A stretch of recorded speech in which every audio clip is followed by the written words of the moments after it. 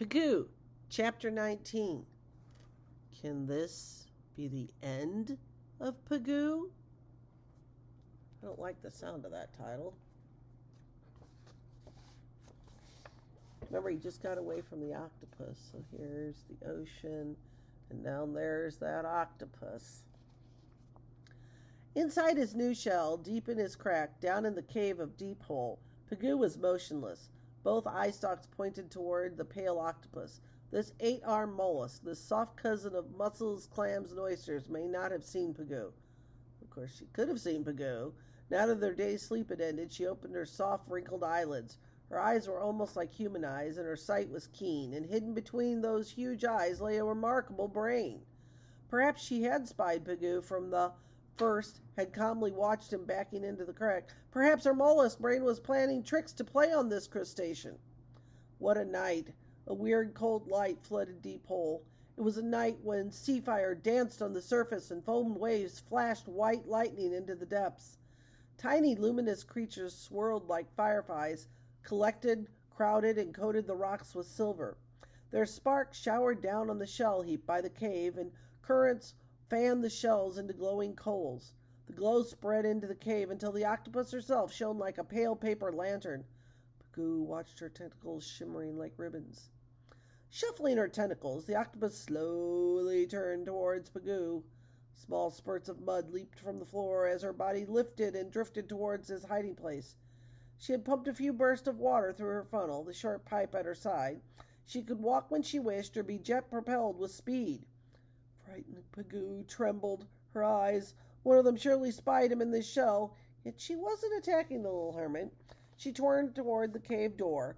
Thin body flaps hung down between tentacles in frilly folds. She shuffled outside like a little old lady, hunched in a floppy wrapper tied with too many cords. She didn't even glance at Pagoo. He sagged as though heaving a great sigh of relief. Don't relax, hissed Old Instinct, and so Pagoo went rigid again. Don't relax for a second.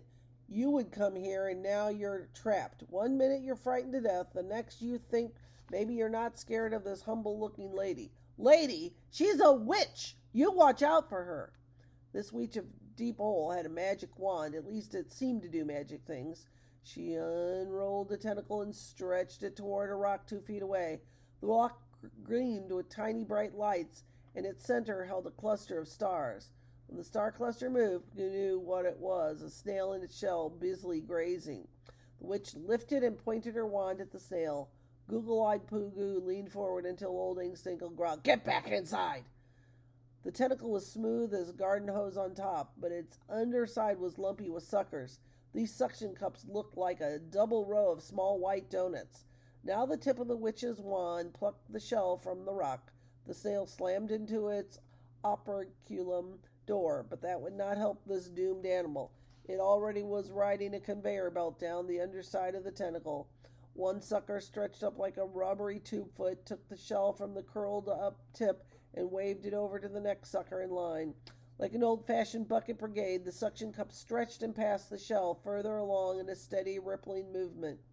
As the wand's tip explored for another morsel, Pagoo in his crack could look upward and see what became of the snail.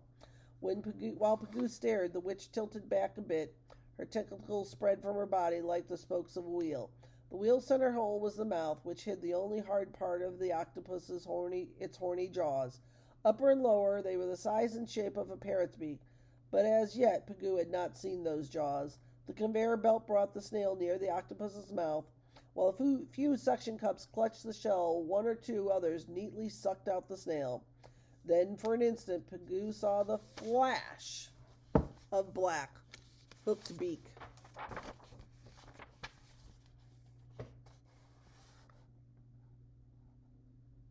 It does look like a parrot beak, doesn't it?